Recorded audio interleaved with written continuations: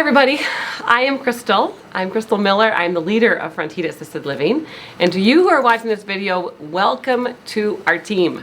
We have a room full of brand new team members, and I wanted to take this opportunity to tell you a little bit about our story, how we got started, and how we ended up to be where we are right now. But more than anything, I just want to say welcome. We are so grateful. Our caregivers are the lifeblood of this company.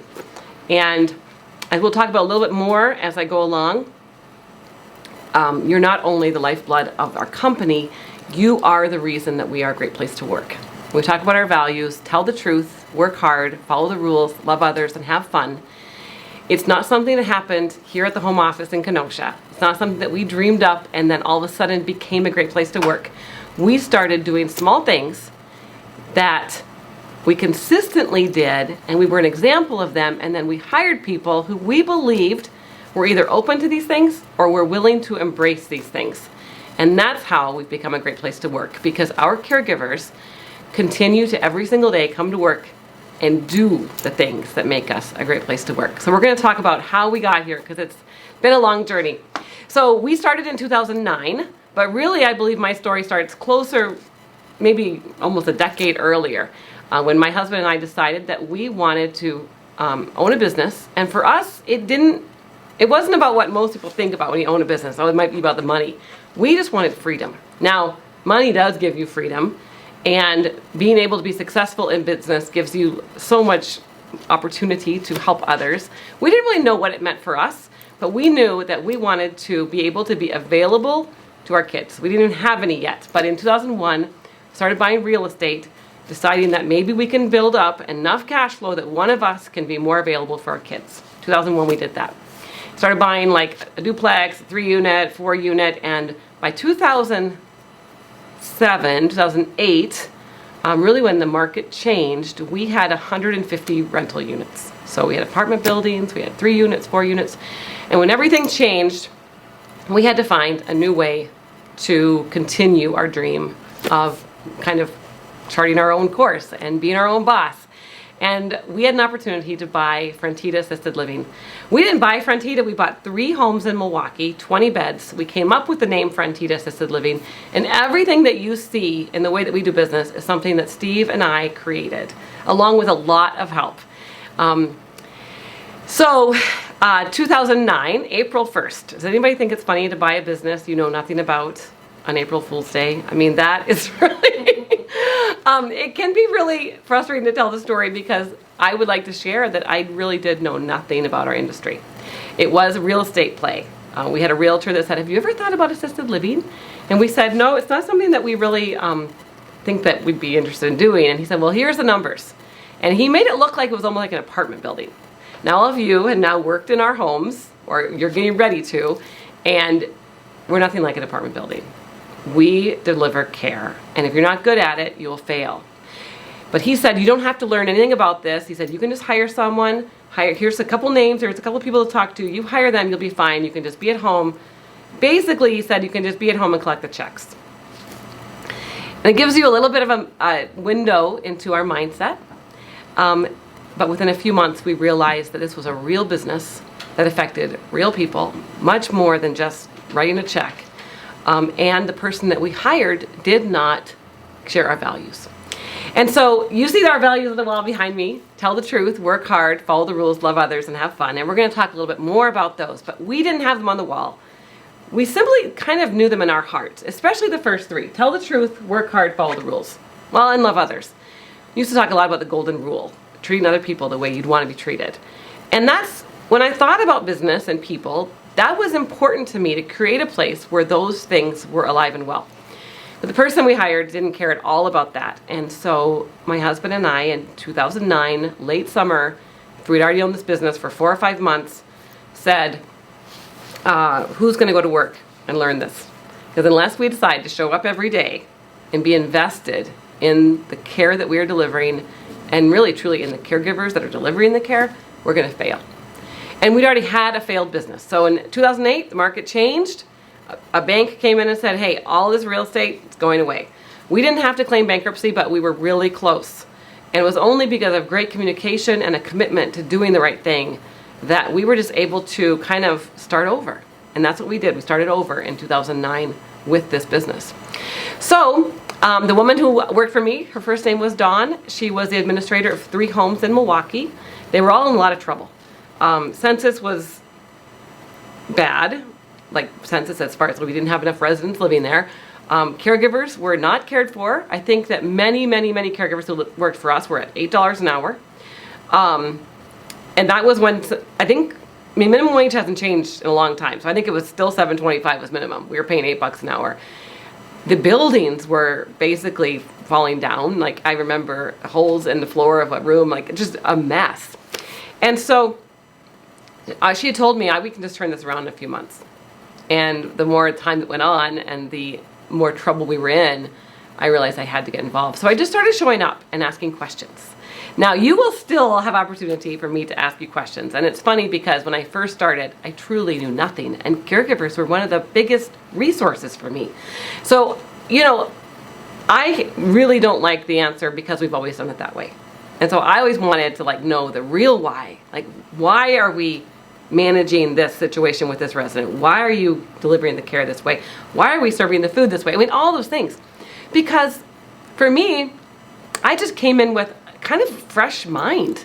I didn't know our industry, and in a way it was one of the best blessings that I brought, because it wasn't somebody else had taught me how to do something and I didn't understand why. I simply said, what makes sense here? And so I gathered some people around me. Karen was with me. February 23rd she started, and I'll tell you what happened on February 22nd that made me give her a call. But the state came in early in January of 2010. So we've been in business about 10 months, and they, especially a new operator like me, it was just common practice. They'd come and check on you, make sure you're doing a good job. I mean, if we're a licensed entity with the state, we have regulations to follow. Came into one of the 3 homes, and they were there for 3 full days. So a 20-bed facility should have them in and out in like 4 hours. And that happens from time to time. And you'll have the state knock on the door, they'll hand you your card, and you need to just call the administrator immediately. You can't find him, you call Karen, we'll figure out how to get support there, because they come to do their job, and every time they come we can learn something. And that day in January, the very first day the state was in that building, I said, I'd like to go tomorrow because I know I can learn from them. That was just, I wasn't scared of the state. I didn't know to be scared of them. I'm not scared of them now either, but a lot of people are scared of the state because they're going to find something that you're doing wrong, and I didn't know what they were going to find. The next morning, someone said, nope, they didn't come back today. It was like bad snow, and they said, they didn't come back. And later that week, I had learned they were there for 3 full days. And I was not made aware until the end of the week. And they left us a laundry list of things to find for them and to start fixing. So that's the beginning of January. It's like the 5th, 6th, 7th or something like that. February 22nd was my birthday. And I woke up at 5 o'clock in the morning to study for the test I was taking that day to become a caregiver. Because worst case scenario, I knew that I would be able to get on that floor and deliver cares if I had to. I've never delivered cares. There's been many times where I thought I was going to. I've got scrubs and I've got gloves and I could do it, and I've been a mom, so I think if you've been a mom, you kind of know there's a lot of things that, there's a lot of correlation I could manage. So I was getting up to study for my test, and there was an email from the woman who was working for me, quitting without notice. And that was the very last time I ever heard from her. I never have had a conversation with her since that day, February 22nd, 2010. And we had 3 homes in Milwaukee. One was probably was threatened to be shut down. I'm sure the state believed that they were going to come in and move the residents out. And when the survey came later that very same week, it was 17 violations, and it was 37 pages, a $6,000 fine, and it was all things, as I read it, that if we had done this, if we had told the truth, if we had just communicated to the state things that were happening and to families and guardians, if we had worked hard and if we had followed the rules. The reason follow the rules is one of our values is because our industry really is governed by not very complicated rules. The regulations, DHS 83, are pretty simple. I actually kind of think it's like the American dream. Someone like me could pick up these regs that's, 20 pages and read them and have a basic modicum of success, just basic success. Not great, because really in order to have true success, you got to build in love others and build it in hard. And of course have fun. We added at our 5-year anniversary when we just looked around and said, this work is hard and we need to have more fun doing it. And we have. We've added things that really, truly have been intentional to have fun. So February 22nd, this happened. Later that day, I said to Laura, who was my assistant, basically my business manager, I said, who do you know who can help us? And Karen came to be a part of our team. And another woman was referred to me that very day who came the very next day and met with me as well. And she was with me for over 10 years. And so I'm a firm believer that God brings people to you exactly when you need them. Now, it sometimes can feel like we don't know what he's thinking. And sometimes it takes way longer to find the right people. But for me that day, it was, I was committed to these things. I was committed to tell the truth, work hard, follow the rules. I was committed to not fail in the business. And I just gathered people around me. And I started by fixing some of the problems that were at what was then called Michelle Home in order to keep my license. And I learned through that process really how much I loved caregivers. And many people, especially probably all of you, maybe not Tammy because she loves cooking, but most people when you get into an interview, oh, I just love the residents. I love the residents. I love spending time with residents. And that is a good answer. We want people who have a heart for what we do and a heart for the people. But that wasn't necessarily me. Quite honestly, I probably was even a little scared of some of our residents. But I just started realizing the opportunity that I had to help caregivers be successful and to be in a different work environment than anyone had ever experienced before. There are some great companies out there and places that you will get treated really well. But the more people that come through our doors, the more I realize it is far and few between to find a place where you truly feel important. And I was 35 years old that year, and I remember being concerned for so many years, how come I don't know what I'm passionate about? Like people say when you're getting out of college, just do what you're passionate about, do what you're passionate about. And being so concerned for myself that I didn't know what that was. And I will never forget, I was in the corner of Green Bay Road and 75th Street, making that turn, and I said, like audibly, I know now what I'm passionate about. And it was that I could help people be successful, and really ultimately caregivers. And if you follow my path for the last decade, the things that we have done have helped us affect more people's lives as we go. And now we even do coaching for other companies to help their caregivers win with teamwork. We care about teamwork. And so I want to just talk a little bit about how we are going to continue to sustain this business and what that means to you as caregivers.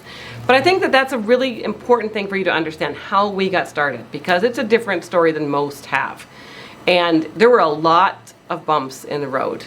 But 12 years now, which is hard to even fathom, it's been 12 years, we have been able to be successful. So we had those 3 homes in Milwaukee, and we just started pushing hard to win. And Karen and I, we had one day in our history, one day, that we had every single bed filled for one day. 100% occupancy, which is hard to do. And it only lasted one day, then someone passed away the next day. But we've seen that kind of success, and that was because we were all in. We were really all in. But what happened was I really love networking. I love being in spaces with people that know more than me. It's probably one of the reasons I've been successful, and I encourage it with you as you have opportunities. Get in spaces where people know more than you and be willing to admit that you know less than them. But I would really put myself in some networking opportunities, whether it was just business people or it was people in our industry, and I wanted to learn. But I was able to share my story, and almost all of our growth, I think all of our growth really came because someone was in trouble. And they picked up the phone and said, I heard that Crystal Miller knows how to fix problems. And so we grew to I think we've operated 11 homes throughout our state at this point. Right now we're only at 6. We had 2 that we leased, and when the lease expired, we realized they weren't profitable enough or didn't make sense for our organization. We didn't renew our leases, but we had really good exits. It wasn't anything where we got in trouble. And then we have the 3 in Milwaukee that really were they were all similar to each other, but not similar to the rest of the company. And so those 3 were taken over by a new operator in maybe 2 years ago. And so that's why we were bigger, and now we're a bit smaller, and and we are looking for opportunities to be strong as a company. And we're still getting calls, but I'm so much more picky now about what I do to grow because I know how much it affects people like you. I mean, you are the ones that we have to have on board with us in order to grow and be successful. And if it's a new community where we don't have relationships, we still know who it is that's going to help us because they are people just like you. And so we just realized that the gravity of growth and how hard it can be. We've made some mistakes over the years. Probably made a little bit less money than I could have because I charged into something that I thought I could really be the answer and maybe wasn't tiptoeing, I was charging. So we're learning a lot about that. But we have a lot of opportunity for growth because we have good systems. We have good infrastructure. We have good systems. And I think that's how we're going to sustain as a company. The fact that all of you have been with us for a short time and can recite at least a couple of our values, that is what makes us successful. You can't walk into most long-term care facilities and say, so what are the values of your company? People will not be able to talk about them. But what we want it to be is not just on the wall. We want it to be in the daily life. And for you, and this is hard because you guys have been in, I mean, this is probably the quietest chillest you've had to be sitting here and getting paid by Frontida. You've got probably the best day ever because, okay, that's not true. It's not the best day ever. The most quiet, still day ever. Things work hard. We move fast. We don't slow down. But we want opportunities where you, for each other, and for your manager to say, hey, do you realize that you just did love others? That's what that was. That's winning. What you just did with the, I don't know, name it something that would be work hard. Where someone comes up to you and says, that's embracing our values. Thank you. I hope that you are experiencing that. And if you aren't, our goal is that you will. But our goal is that you experience it with each other too. That it becomes something that's so much bigger than just on the wall. So I think that's how we're going to sustain our company. We're going to just continue to build value with each other and build trust with each other. Trust is not, some people would say we build trust with families. Families are ultimately the ones that are in charge of our placements, our residents, in most cases. That is a goal. That's absolutely our goal, to build trust with families. But my personal goal is to build trust with you. I've had situations, even recently, where a difficult conversation had to be had, and I was the best person to do it.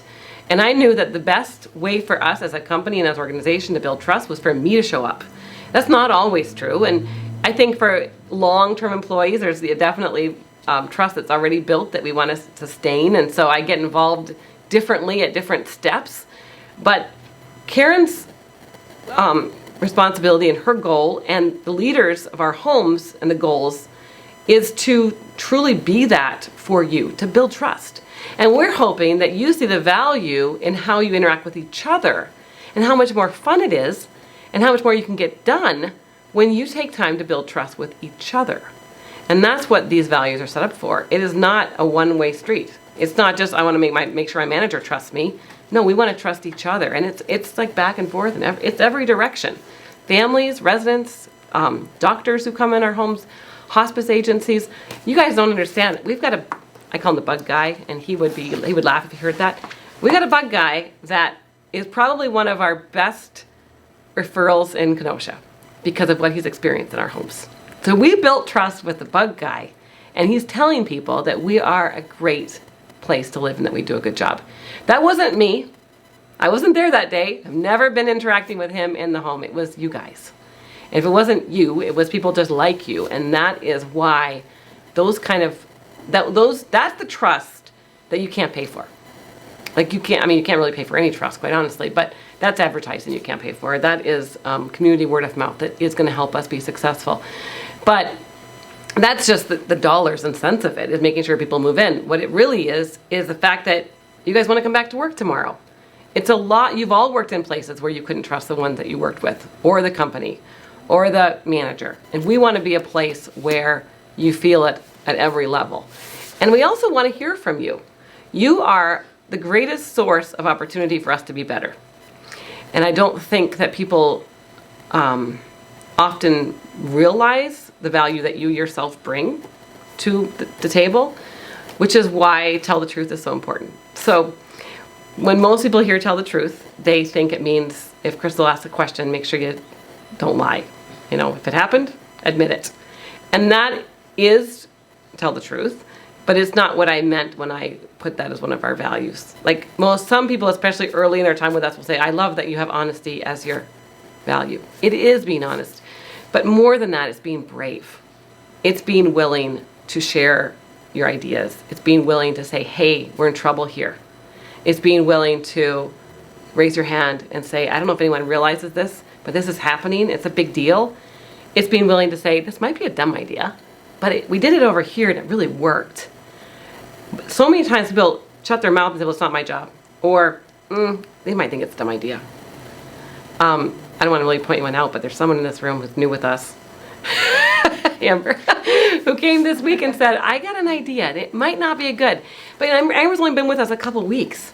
And she was willing to share this idea that has a lot of merit, and then gave me the opportunity to come back and say, okay, this is why we aren't doing that right now. And it helped her realize the bigger picture. Every time that you share an idea and you get feedback, you're going to understand the bigger picture. And I think that brings value. The more that we understand, the better that we can be. So that's something that's valuable to us. You're not here just because of you being able to make a great lasagna or give somebody a great shower. That's not why you're here. You're here for the ideas that you bring to the table. Because we see, probably because 12 years ago I knew nothing. I remember being in a meeting, and Karen knows exactly what I'm going to tell. It was not about this size room, and there's caregivers all around the room, and it was a team meeting, and there was something that we had done as a practice. One resident, it was part of its care plan. I think it was like 10-minute checks or 15-minute checks, and it was something like that. It was tedious and hard, and you had to document, and I said, this is not working. This is not accomplishing the goal that we had for whatever the reason was. We implemented it. And one caregiver was like, oh, thank God. That was the dumbest idea. And I was not mad because she said my idea was dumb. But I did get, steam started coming out of my ears. And it was because I realized that she knew it was dumb that whole entire time, but didn't feel brave enough or invested enough, or that I had given her space to say, Crystal, this isn't going to work. And it's going to be a lot of work, and we're going to get discouraged. And somebody might quit their job because they get so discouraged because that's one thing you're asking us to do. And I wanted to hear that from her. And we went around the room, and I said, okay, we're going to do an experiment. I had no idea how it was going to turn out, but I kind of had an idea. We went around the room, and I said, how many years have you been a caregiver? How many years? How many years? How many years? How many places have you worked? I mean, there was dozens of places that people had worked, and hundreds, it's not an exaggeration, hundreds of years of caregiving experience in the room. And I said to them, do you know how long I've been doing this? Like 2 years. And it gave perspective of the value of what I expected of them, and I hope it gave them freedom. But it is not a one-time thing. It's not me telling you one time I want to hear from you. It's an ongoing, and it's multi-layered, and it's your managers, and it's Karen, and it's Amber, and it's all the people of the team saying we care about what you think, not just what you're able to do. Okay. I got a couple things I want to just talk about because I think we're different in this. One of the things is treating people fairly, not equally. Many people want equal treatment until you take some time and think about what equal means. And I want you to hear me out because this is really, really valuable, especially in the day and age we're living in. There's a lot of talk about equality. We have a handbook, and it's valuable, and almost always we follow everything in it. But I will say that I have a much greater desire to treat people fairly than equally. And the example that I think of that is the most relevant, I think, in our space is, if you've got a 3-year-old and she's got a runny nose, and you call me and say, you don't call me, but you call somebody in HR, I guess, or your manager, call your manager. I can't come to work today. My daughter's got a runny nose. So what the handbook says and what our expectation is that you need to find someone to work for you if you're not coming. You got to find your coverage. Just runny nose is a runny nose. Yeah, they're going to have probably 25 of them this year. Let's make sure you get to work. And we really want you there. We really don't want you to find coverage, although that is your opportunity to do that. We want you to come, or your coverage. And we're going to hold you accountable. And if you don't show up, if you're in the first 90 days, you're not going to get to keep your job. And after that, you'll get written up. And it's a pattern. We're not going to be able to, it's not going to work. But if you have a 3-year-old and you head for her yearly checkup and you come out and you say, the doctor said we got a really serious problem. We are racing to Children's. We are in trouble. I've got appointments lined up, it's something really serious. You call your manager and you say that, you are not going to be treated the same as a person who's got a runny nose. And I think when you think about what that means to you as a team member and what it means to us as a company, it gives us a lot of freedom. And we want situations where you build trust so that we can treat you the way we want to treat you. Because all of that is based on trust. And it's based on being transparent and vulnerable. And I think sometimes we ask people to share things that might feel private. And it's not because we really just want to know all your private business. It's because we want to understand more so that we can treat you the way we want to treat you. There are situations that, I mean, a perfect example. We've had caregivers, the head of a caregiver got beat up by her boyfriend, got a black eye, doesn't want to talk about it. So she decides not to come to work and just abandons her job, just says, I'm done. Never comes back. I mean, this has probably happened to us more than one time. And so I say to myself, if she had trust in us enough, and if we build it from day one, where she can pick up the phone and say, I just got beat up, I got a black eye, I can't come, I just can't deal, I need help, then we get to preserve the relationship with that person. That's one of the reasons that we ask people to be willing to be real. Because the more real that you are, the more you have opportunities to get through hard things. And the bottom line is, if somebody's dealing with something like that, we want to be a resource for you. We want to work through that hard thing. And it's not uncommon that those kind of things happen. So we want to be there for you. And we have resources. We have the EAP. We just added the EAP this year. Glad I put this on a video because it's important that we don't ever forget to talk about it. EAP is Employee Assistance Program. This is the first year we've done it. We invest in it. We pay for it. We pay for it whether you use it or not. But yesterday I spent time with a caregiver and I said, there's help there for you. She's dealing with some emotional challenges. She's dealing with some relational stuff. There's a counselor there that will talk you through this. You just call and say, I need help. And if we can do anything we can do to help you, we want to be that for you. So I would just say that if somebody abandons their job because of something hard in their life, they're going to go down the street and find another one. You can do that. By then 3 days later, your black eye's gone, you'll have another job. In our industry, it's not that hard. But something like that will happen again, and you will miss out on the relationship of the people that really truly care about you. And so it can be, some people get confused by why we do the things we do. It's because we care about people. And it's because we care about being real, and we realize there's value in getting to a place where you can live into your best self and be on a team with people who also care about you. And you don't want to share everything. That's not what we're talking about at all. We're just talking about being real and being able to share things so that we can help you get through hard things. And so I know Steve's been doing a lot of work with Harmony Works. He's been coming into the buildings and doing training, and I know he kind of goes into the space a little bit, and it's one of the reasons why we find a lot of value in understanding more about each other. I think some of you have already been a part of that, and he's going to be doing DISC. DISC is learning about your communication style. I think the reason we believe in it so firmly is that it changed our marriage. And we hope that when you learn more about your own communication style, it won't just help you at work, but it'll help you in life. And I say that because there's been so many people have come back to me and said, you just don't understand what this did for me as a person. So I guess that's one thing I want to talk about fairly, not equally. We want to build trust with you so we can treat you the way we want to treat you. We want you to grow while you're here. We want to be the very best step of your journey. And it's not very fun to talk about an orientation when you might leave us, but we know not everyone's going to be here forever. But we certainly want to be the best place you ever worked. And there are so many people now that come back to me and say, you just don't understand what Frontida did for me. And that is what helps me get up in the morning, is knowing that I can be that kind of impact on somebody. But I also tell caregivers, I think that a sweet spot of time to grow with a company is about 2 years. And I think it's kind of in our culture, like everybody, maybe not everybody. We've had people with 10 years, 12 years, it's fantastic. But if you... Are you just able to delete the first video? keep going. I got it to restart. I don't know. When did it stop? Why don't you talk about the 2-year? I don't totally know when it stopped, but it looks like it's resumed. Do you know when? Do you have any idea? No, Oh. I mean, I've been watching it, so it can't have been that long. Okay. But, yeah. So our goal is that we are the very best place that you will ever work. Our goal is that you'll grow here. Our goal is that we are the best stepping stone. And we really think that 2 years gives you something on your resume to be proud of. And there's a lot of people throughout our state, and I'm realizing it more all the time, how valuable we are in our industry and how people say, oh, I know Frontida. Wow, that's great. And that was my goal. I remember talking about this 6-8 years ago, saying I just want people to see Frontida on your resume and want to talk to you.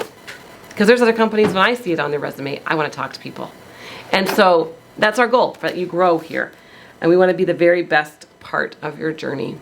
So that's what I have. I think I did a pretty good job. I look forward to meeting those of you that are watching this video. I'm not off limits. I'm available to you. My phone number is posted in every building, and it's there on purpose. When we first started and we got in all that trouble at Caregiver Safe, if we'd just known how to call you, we would have told you this was happening here. And I would have been able to preempt some of that challenge if I had been available. I will never make that mistake again. I'm not your first stop. Your manager's your first stop, and you have an HR department, you've got Karen, but I will always take calls. I prefer to take calls before you have a termination.